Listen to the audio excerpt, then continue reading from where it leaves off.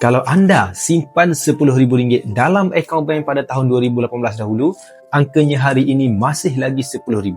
Tapi kalau anda alihkan RM10,000 tersebut ke dalam bentuk 50 gram emas macam ini, harga 50 gram ini sudah pun meningkat kepada RM29,000. Dan kalau saya nak jual 50 gram ini kepada public gold sekarang dengan tolakan spread sebanyak 7.5%, saya akan dapat sekitar RM27,000. Duit yang asalnya RM10,000 selepas 7 tahun saya dah pun untung RM17,000 ataupun 170%. Dan bila saya bahagikan dengan 7, bermakna 1 tahun saya dapat keuntungan sekitar 24%.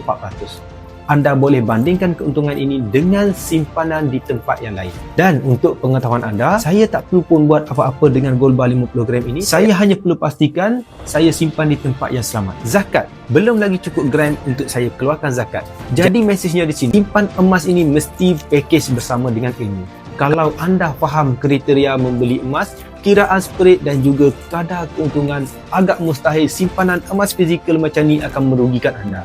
Semoga perkongsian saya ini bermanfaat, dan jika anda sudah pun bersedia untuk menabung emas, boleh rujuk pin video saya, terus follow saya, kita kaya dan berjaya bersama-sama.